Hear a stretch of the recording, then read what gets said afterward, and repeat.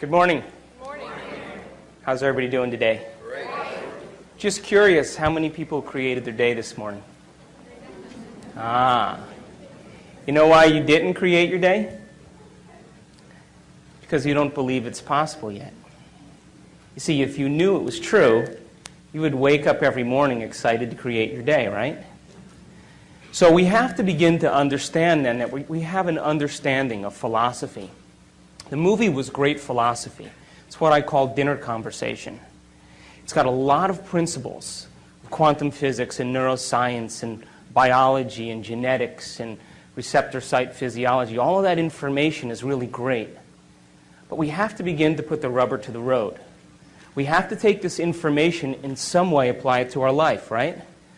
Otherwise, it's just good philosophy, and nobody's changed from anything. So today I'd like to spend a little time with you and see if we can make some sense out of the world of quantum physics and your mind. Are you guys interested in that? Yes. Okay. So I was leaving my office a couple months ago, and my staff member handed me this sheet of paper, and she said, "Listen, you have to read this, quick," and I'm on my way to catch a plane, and so I grabbed this piece of paper, and it's this woman who decides to create her day. And she says, "Well, I never considered myself a special person, and so I'm going to create my day, and I'm going to ask for a sign without a doubt that lets me know that I'm special, and I want it to come in a way that surprises me and it leaves no doubt in my mind that I made contact with the field." So she's driving down the road up this 5-mile incline at sunset. And as she's driving up this road, a bald eagle flies in her car, lands on her dashboard, spreads its wings out, makes eye contact with this woman. She pulls off the side of the road, and the eagle flies out the other window. And I said to my office assistant, "You email that woman back and you tell her if she has any doubt now that she's special, we need to talk." Yes?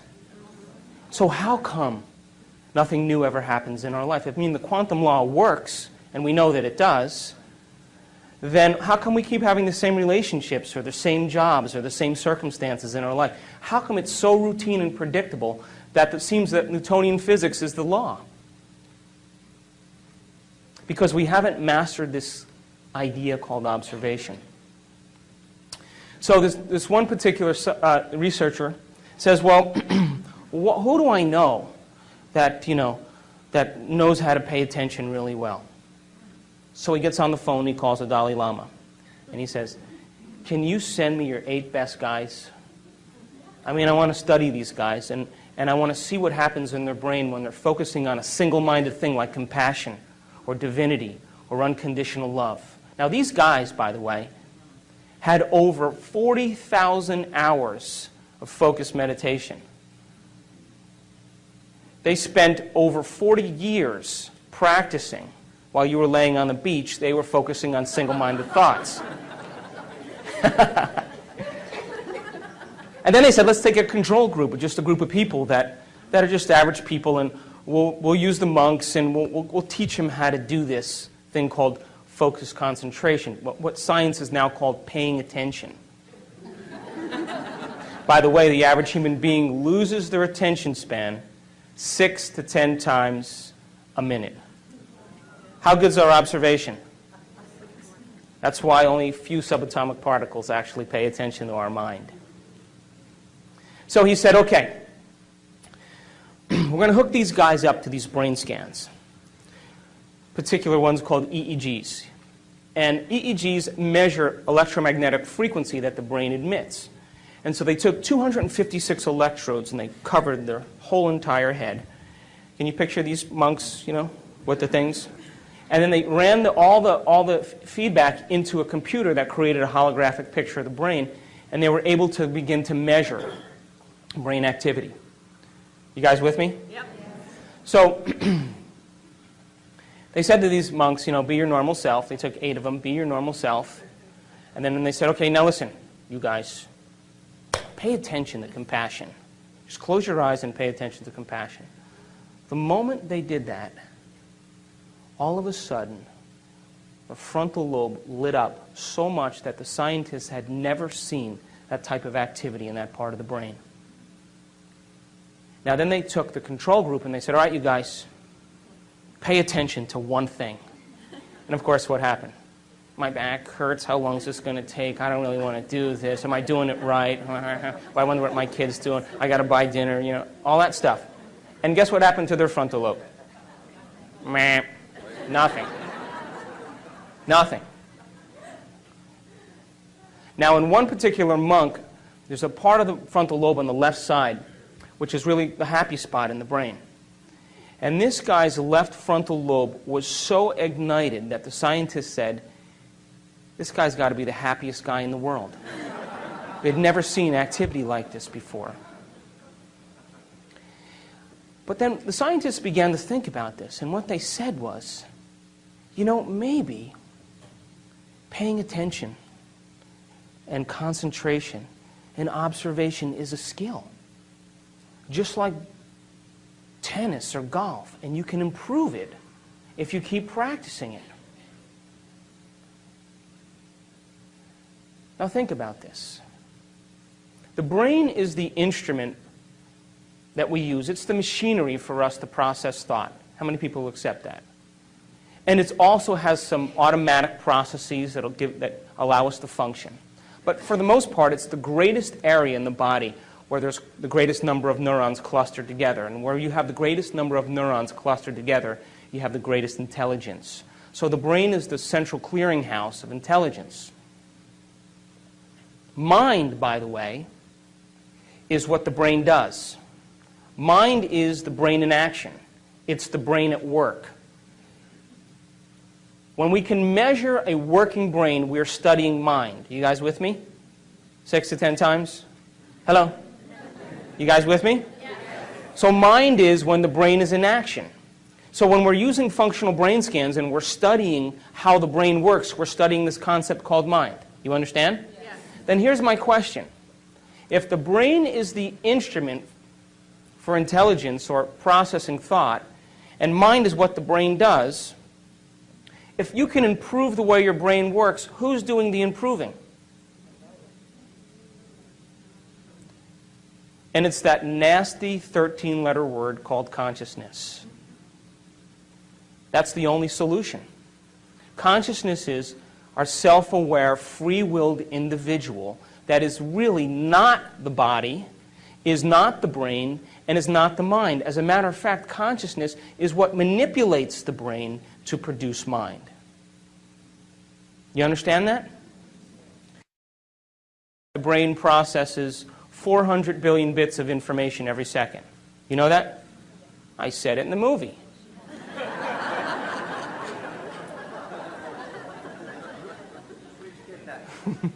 But we're only aware of about 2,000 of those 400 billion bits of information.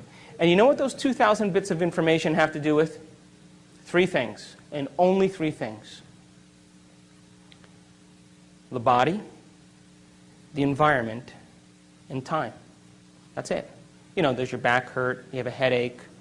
Are you tired? Is it too cold in here? Is it too bright in here? Is it too dark in here?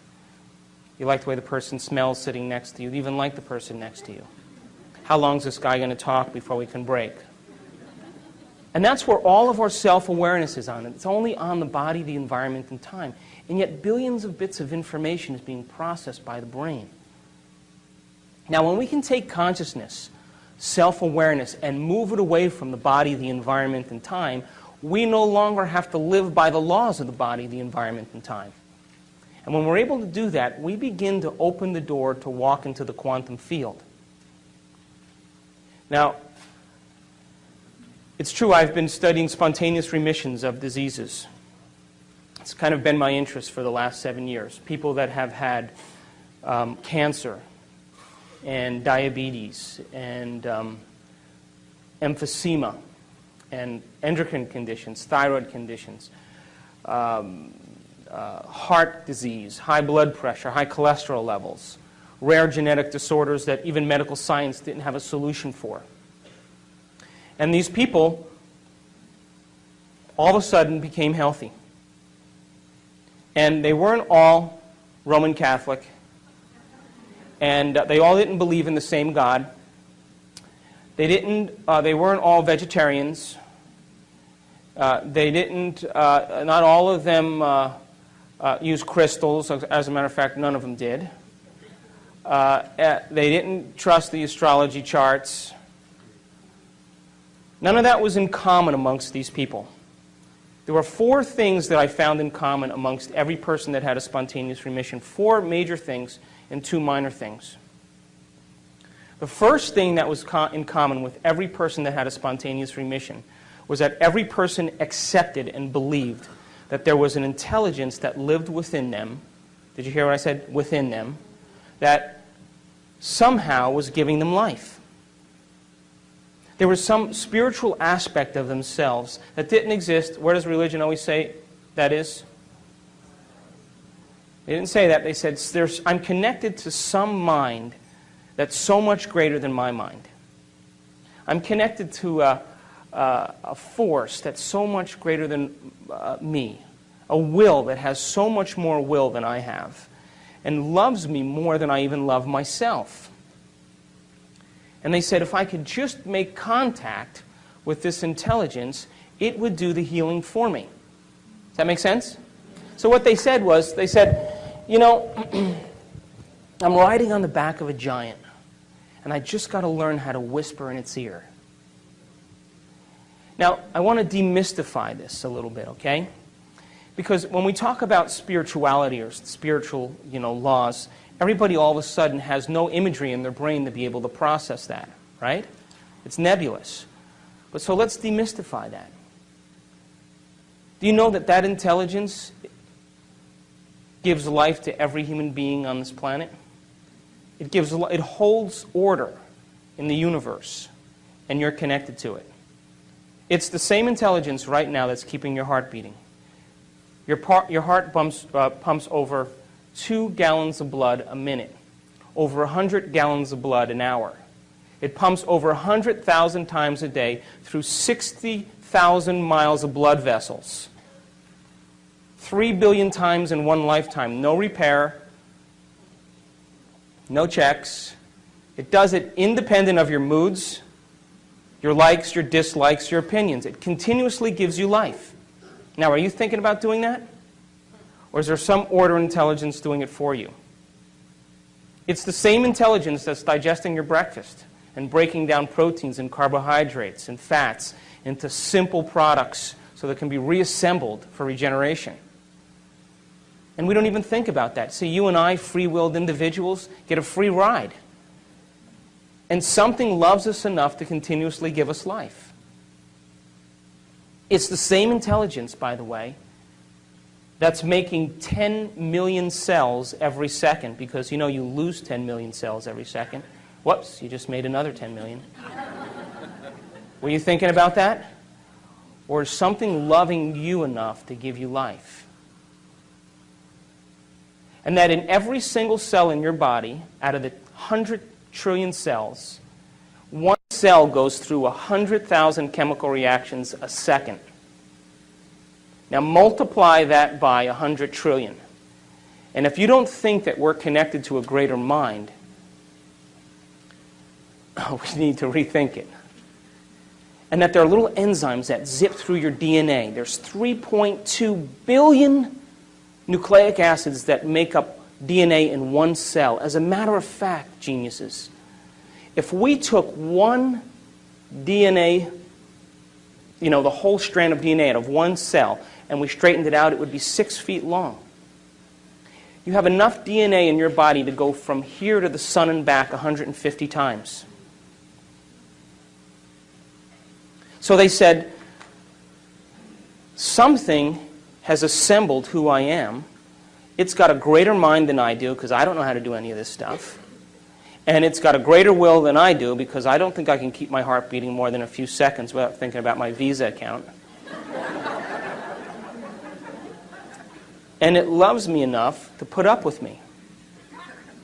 And they said, I gotta just surrender. I gotta get out of the way enough to let this thing do it for me. I just gotta direct it and then get out of the way. That was the first thing they had in common. The second thing they had in common is that they all said this. You know, my thoughts, or my attitude, you know, an attitude is a cluster of thoughts pasted together. My attitude created my condition. You know, I've been a victim for the last 15 years. I could never get over it, and it's worked really well for me to get what I want. Or I've been an angry person and I've hated my parents for the last 15 or 20 years, and I got to stop that. It was actually me and who I was being that created this state of health that I'm in. You with me? Yes. Now, do you know that every time you have a thought, you make a chemical? And if you have great thoughts and unlimited thoughts or happy thoughts, you make chemicals that make you feel happy or good. And if you have negative thoughts or bad thoughts or contracted thoughts, you make chemicals that make you feel bad. Does that make sense? So imagine, right? You have an insecure thought. What's the next thing that happens? You feel insecure, right? Now here's the bad news. The moment you start to feel insecure, the next thing you do is you start to think the way you're feeling, which then makes more chemicals so that you can feel the way you're thinking and think the way you're feeling. And we get caught in this loop between thinking and feeling. This is the human drama.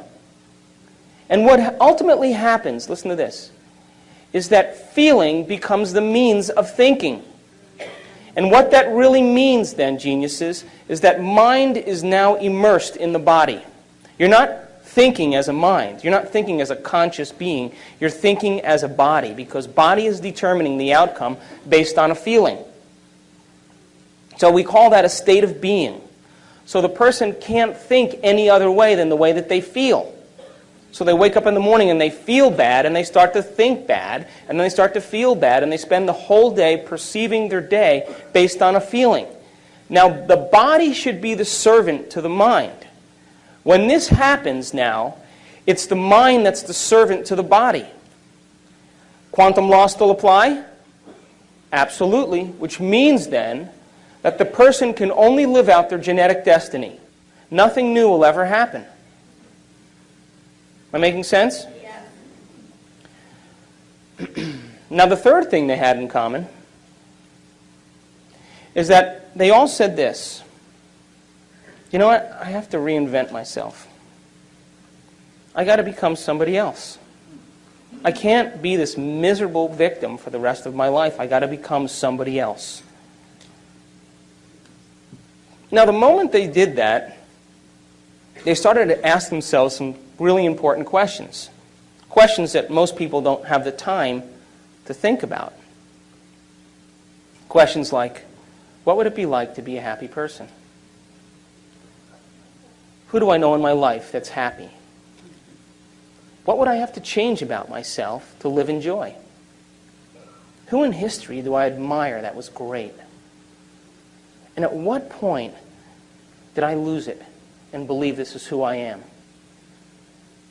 And you know, the moment we ask those important questions, guess what part of the brain turns on? Frontal lobe. You know why? Because when we're running automatic programs that determine who we are, we're using the rest of the neocortex. It's all based on association and memory. When we stop those automatic programs, it's the moment when you ask those important questions, the brain puts the brakes on and has to reassemble a new way of firing to produce an answer to that question different than the way you've always thought. You understand that? So they put the brakes on to the automatic programs and they said, what would it be like? They started to speculate because the brain, the frontal lobe is the speculator. It's the part of the brain that likes to examine the what-ifs. And they started to gather information. They started to read at the same time as contemplate about a future. And their brain started to reorganize itself in a new way. You with me? So, do you think that you can change the circuits in your brain by thinking about it? Do you? So I did this experiment a little ways back. They took these people who never played the piano before. You guys with me? And they separated them into 4 categories, and they said, listen, we're going to scan your brains before you learn these exercises, and then we're going to scan your brain after. And all you have to do is show up for 2 hours a day in practice for 2 weeks, okay? And just follow the instructions. And we're going to hook your brain up to these sophisticated scans, and we're going to see what happens before and after. So they got with these people, and they said, okay, first group, here's the scales and here's the chords. They're one-handed exercises. Practice them over and over again. Keep playing them. So they played every single day, 2 hours a day for 2 weeks. They scanned their brains before, they scanned their brains after. After 2 weeks, guess what happened? A whole new set of circuits lit up in their brain that never lit up before. That makes sense. You learn something new. Learning is making new connections. Repeating it over and over again is sustaining or maintaining those connections, and that's called memory. So they memorized what they were doing by physically practicing or personalizing what they learned. Make sense? Standard, simple. They took the second group of people and they said, listen, we want you to play 2 hours a day for 2 weeks. We're going to scan your brain before and after, but you know what we're going to do? We're not going to tell you how to play anything. You just come and do whatever you want. Play whatever you want. So at the end of 2 weeks, guess what happened to them? Nothing. You know why? Because they couldn't remember what they had learned the day before. And they couldn't remember what they played the day before, and they had no structure. They got no instruction and no knowledge to be able to apply it to make some steady circuits. Still with me? Make sense? Took the third group of people, they said, listen, don't even show up. Don't even create your day. Same thing. Nothing happens. Last group of people, they said, listen, we want you to come 2 hours a day for 2 weeks. We're going to show you these one-handed exercises. But instead of you physically playing the piano, we want you to mentally rehearse over and over again those exercises. And we know you're going to get tired, so we'll nudge you and we'll keep you awake, but you practice for 2 hours a day and you keep repeating those. At the end of 2 weeks, they rescanned their brain, and guess what happened?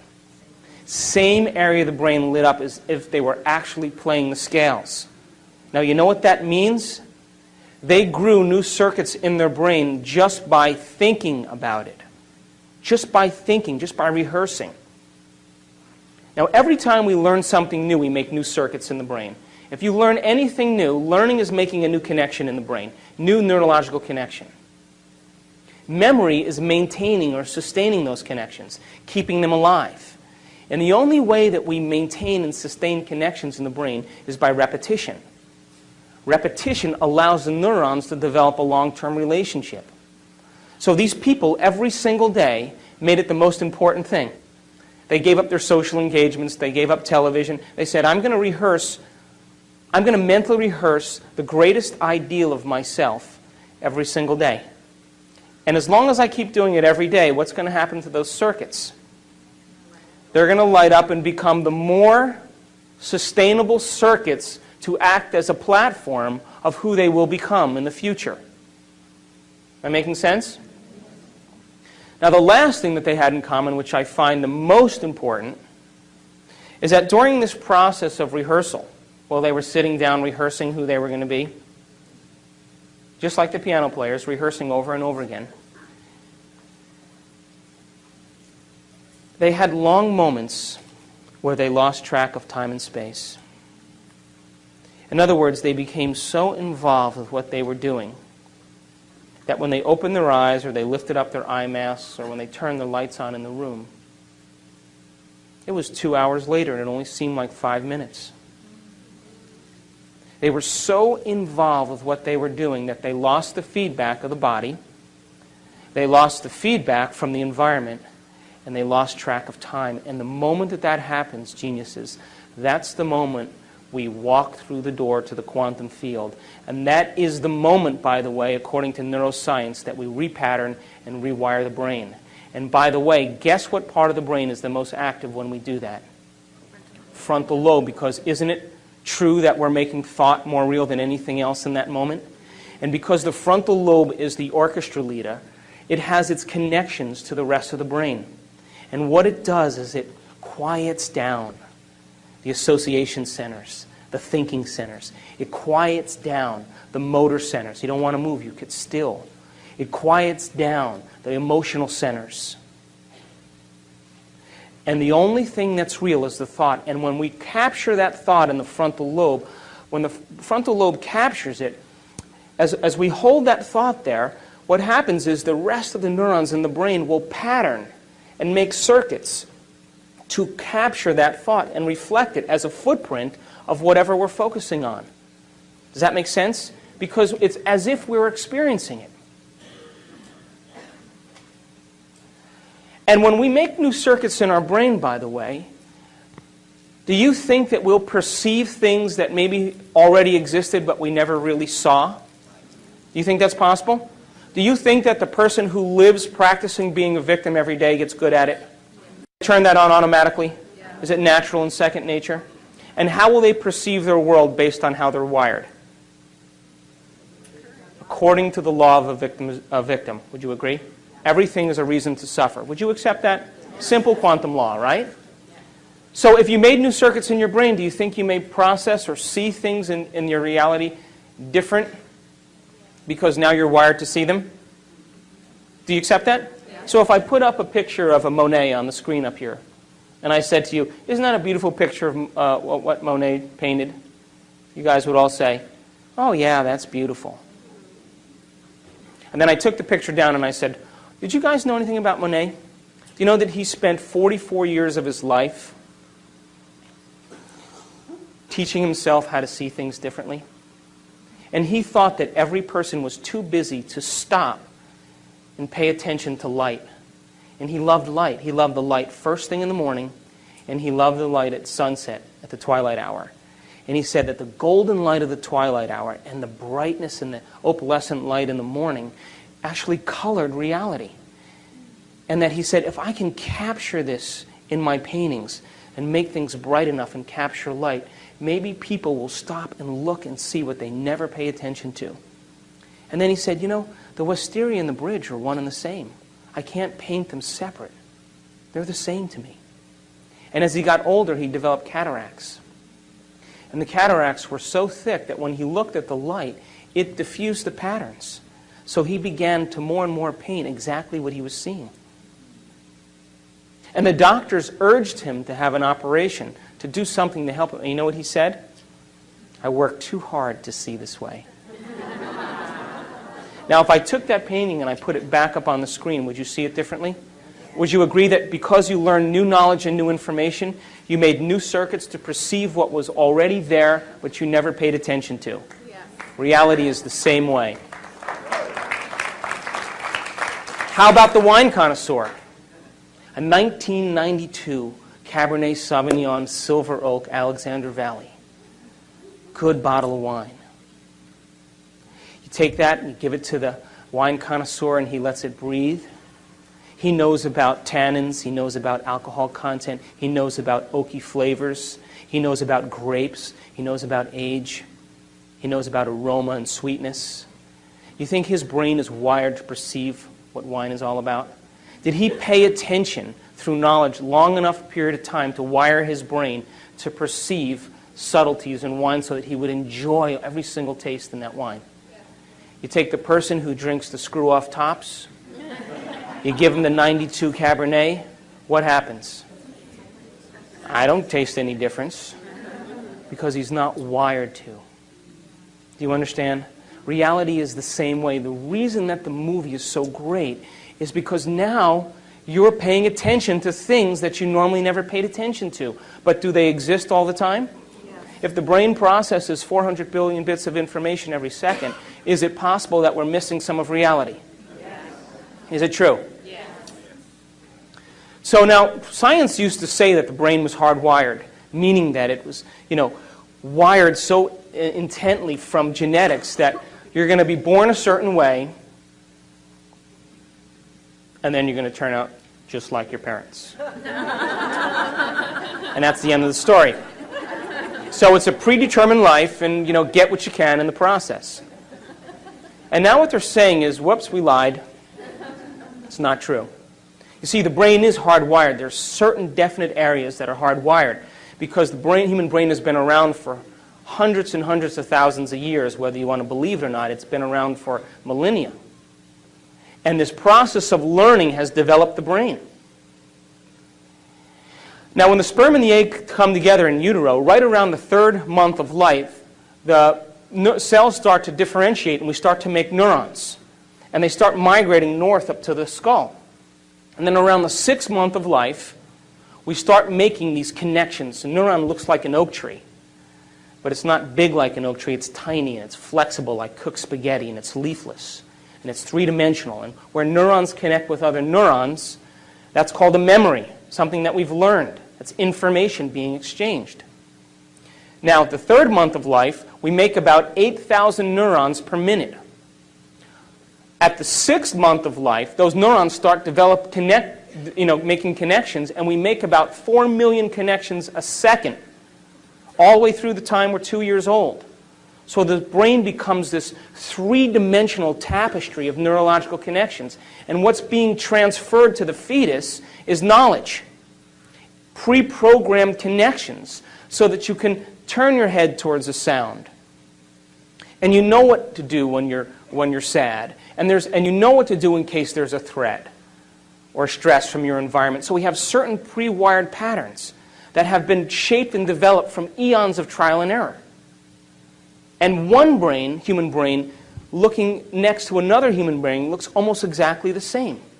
As a matter of fact, if I took 2 brains and unscrewed your head and placed them side by side, you wouldn't really tell who was who, because the same folds and convolutions are similar from brain to brain. That's like your hand. Everybody's got a hand, right? It roughly looks the same. But then those intricate connections and patterns that form, those connections and circuits that form then, become the fingerprints of who we are. And we get specific traits, propensities, and characteristics that are inherent from our parents. And by the way, those are the things that they've learned. Those are the things that they've experienced. Those are the propensities and traits and emotional tendencies. So you may inherit your mother's insecurity and your father's anger. You may have your father's intelligence and your mother's creativity. But they're going to contribute their best. In other words, they're going to give the fetus, they're going to create a new being, and they're going to give to them what they've practiced the most. You understand? Now, that's only, by the way, 50% of who we are. No one likes that, but it's true. It's 50%. That's it. The other 50% is up to us to begin to make our own circuits and our own connections. Now, there's only 2 ways that we make connections in the brain. Only 2 ways. The first way we make connections in the brain is from knowledge that we gain, information, philosophy. Every time you learn something semantically new, every time you learn a new bit of information, you made a new connection. Did you guys make any connections today?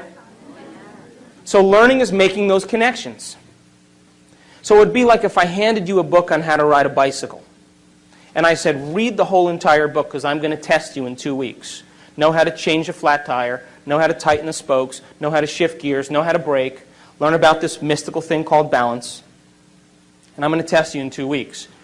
And you would read that information and study it and repeat it till you did what? Repeated it enough till it was wired. Now it's being stored as a long-term memory. So that's philosophy, right? You're basically studying someone else's experience. And you are literally wiring your brain so that you can have that experience. Would you agree? Which, by the way, is the second way we make connections in the brain, is through experience. Experience is what enriches the brain. Now listen to this. Every time we experience something new, when we're experiencing it, all of our 5 senses are immersed in the process. What we're seeing and smelling and tasting and feeling and hearing, all of our 5 senses are picking up information from the environment and sending a rush of data back to the brain. And through these 5 pathways, this rush of data through 5 different ways causes neurons in the brain to fire and sting. And when they do that, they release these chemicals called neurotransmitters that make us feel a certain way. So the end product of an experience is called an emotion or a feeling. Still with me? So then, if an emotion or a feeling is the end product of an experience, then, if we keep experiencing the same emotions every day, what does that tell us? We're not having any new quantum law apply to that? As a matter of fact, if you keep your mind on those same emotions, by the law of the quantum realm, basically, we're putting our attention on something that we already know from the past. And what do we get? More of the same. So when we live by emotional propensities and emotional addictions, what we're really saying is, my observation is on something that's familiar to me based on the past, and I will keep observing it to keep it intact so that my future looks just like my past. And people who say, well, I don't want to, I'm suffering terribly, but I don't want to leave this relationship because it doesn't feel right. Which really means I'm too addicted to feeling to do anything else. Because the moment we give up the continuity of thinking and feeling, we break the addiction. All of a sudden, all the cells of the body, who are used to getting all those molecules, all of a sudden go like this.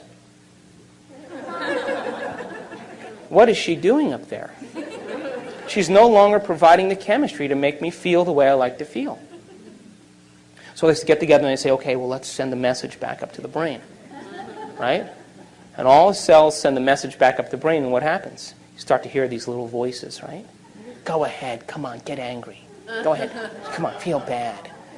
That's because that's the body telling you that it's used to some chemical state. That's the body determining reality. And when the body determines reality, what it's saying is that we are living based on some past addiction. So emotions and feelings are the end product of an experience. And when we experience something, the feeling that we have from that experience helps us to remember the experience better. Would you agree? Absolutely. Do you know where you were on 9/11? Do you know? You know why you know that? Because you remember the feeling, right? So the feeling helps you remember the experience better. So if feelings and emotions are the end product of an experience, and the person is experiencing the same feeling every day, what does that tell you? They're defining themselves from some past experience. Are there new experiences, geniuses, to have in the quantum field that have new emotions? Could you create a new experience that's going to produce a new sensory feedback to the brain that's going to have a new emotion? And that new emotion then will help you to remember that experience better? And so can you picture in the quantum field future experiences that you would like to have that have nothing to do with survival? Yes. Nothing to do with pain?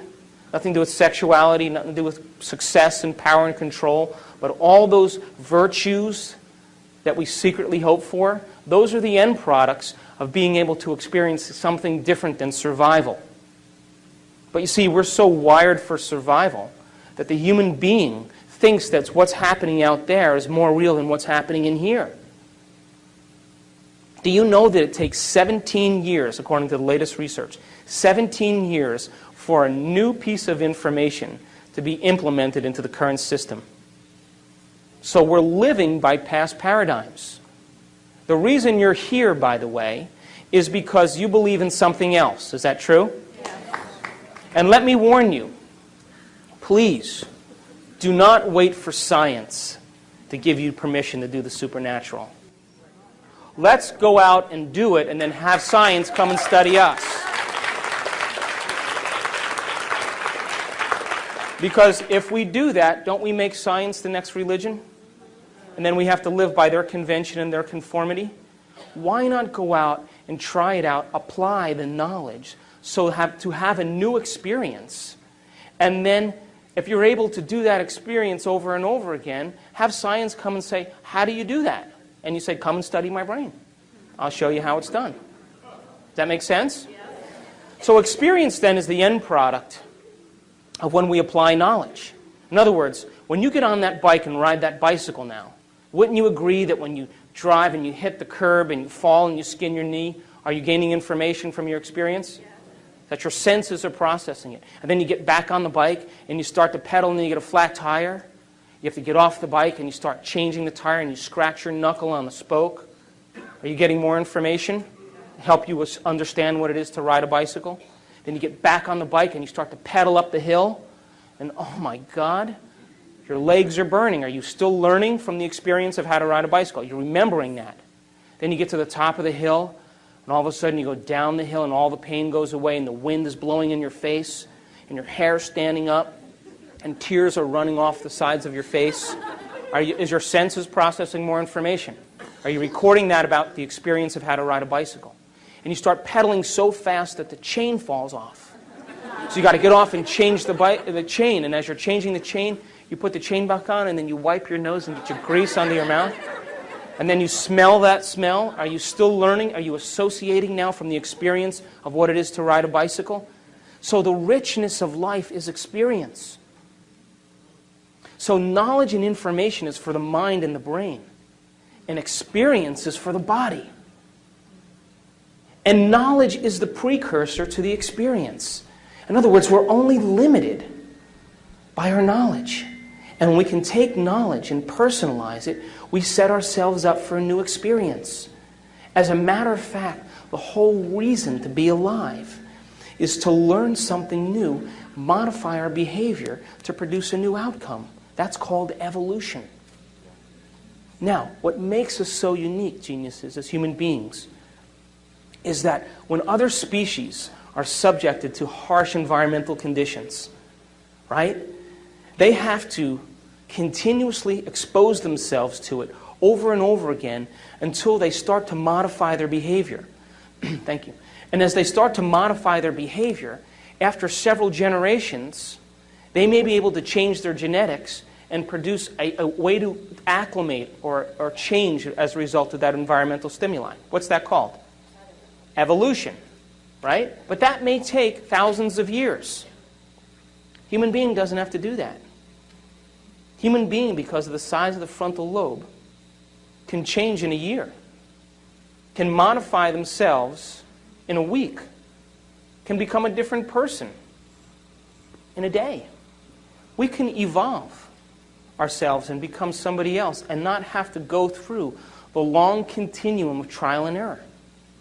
But you see, the brain only exists in two real states, according to me. At my present state of ignorance.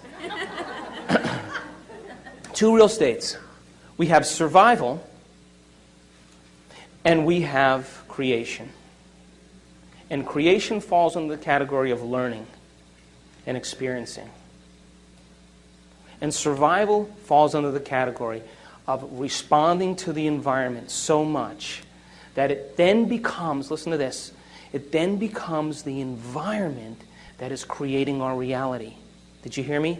Because as the environment pushes the circuits in the brain and we respond to those environmental stimuli, the body becomes prepared for the threat or the stress, which then causes the brain to think a certain way, which then creates the same reality in the future.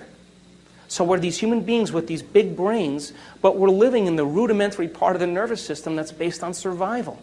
And by the way, 90% of the time that we're awake and aware, we're living in survival. You know, responding to the environment, allowing the environment to determine our internal state. And the confusion we have as human beings, you see, the present moment right now is created from the thoughts of where? Right? So then the thoughts of now are creating what? So most people, though, they say, I'm going to sit down and create my day. I'm going to sit down and create wealth. And they sit down for 10 minutes. They get up and they start looking in their bank account for the transfer. And then they say what? Didn't work. But you know, we Americans, by the way, are the most difficult audience to talk to. We go to South America, we go to Europe, we go to Asia. People accept this. But Americans are so desensitized to so much stimuli. They get, 2,000 channels on their television. They have opinions about everything. They're into convenience. If your internet connection doesn't come up in 30 seconds, you're like...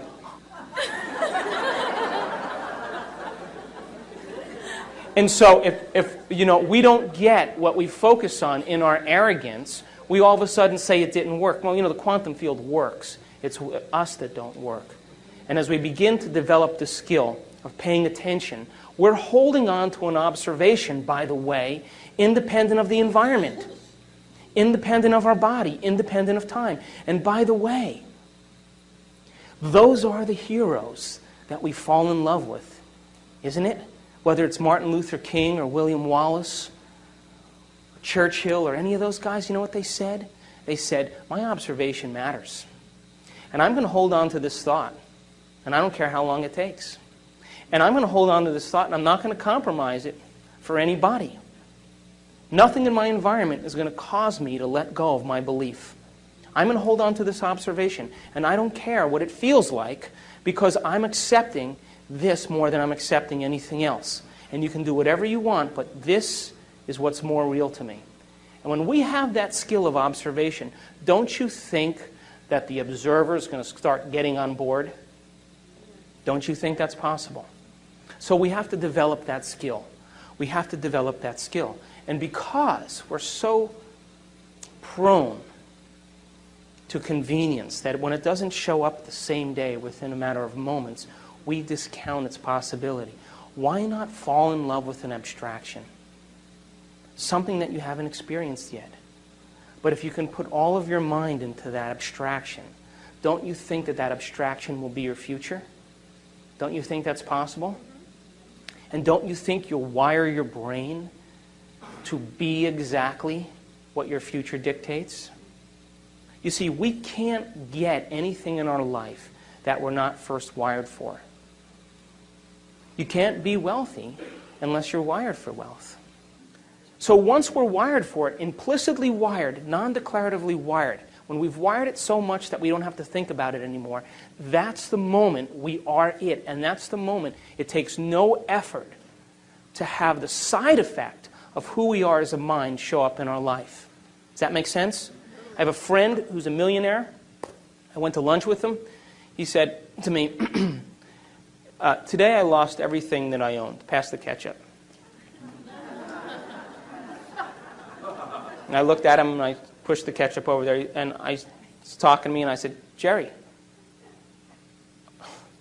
aren't you upset? He said, what do you mean? I said, well, you lost everything you owned. He said, what? He said, I am money. I've made it thousands of times. I've made it 100 times. I'm going to go make it back in 2 weeks. So the question is, who are we going to rehearse ourselves to be every morning? Can you rehearse in the morning your greatest ideal and activate those circuits? And as you rehearse those ideals for yourself and activate those circuits, won't they be the platform of who you become?